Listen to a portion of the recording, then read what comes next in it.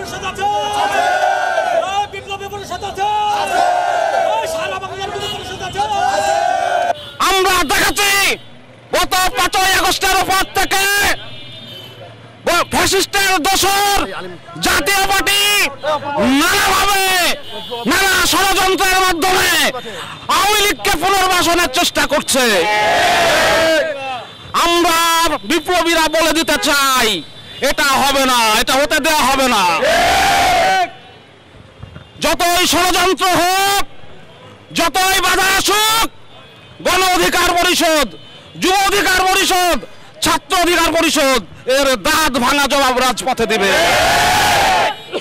ইতিহাস থেকে শিক্ষা নিতে হবে, গণ অধিকার পরিষদের জন্য রাজপথে, আর আজকের এই রাজপথে গণ অধিকার পরিষদের সভাপতি ও সাধারণ সম্পাদকের রক্ত ঝরেছে।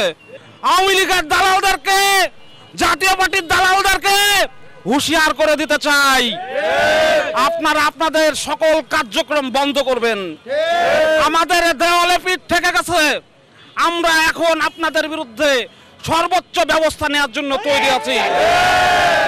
সংগ্রামী সাথী ভাইরা, আপনারা জানেন আজকে জাতীয় পার্টির মতো একটা ভুইফোট দল আমাদের মতো একটি লড়াই করা দল গণ অধিকার পরিষদকে হামলা করেছে।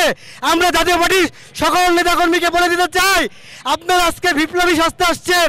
আপনারা যদি বিপ্লবী হয়ে থাকেন তাহলে 3 তারিখ 4 তারিখ যখন আমাদের ছাত্র ভাইদের ওপর এই আওয়ামী লীগ সরকার হামলা করেছিল, সেদিন আপনারা বিপ্লবীরা কোথায় ছিলেন? সেদিন আপনাদের বিপ্লবী আচরণ কোথায় ছিল? সেদিন আপনারা লুকিয়েছিলেন আওয়ামী লীগের লুঙ্গির নিচে। সেদিন আপনারা কোনো প্রতিবাদ করেন নাই। আজকে আপনারা বিপ্লবী সাজতে আসছেন। বাংলার মানুষ বুঝে গেছে জাতীয় পার্টি মানে আওয়ামী লীগের দালাল।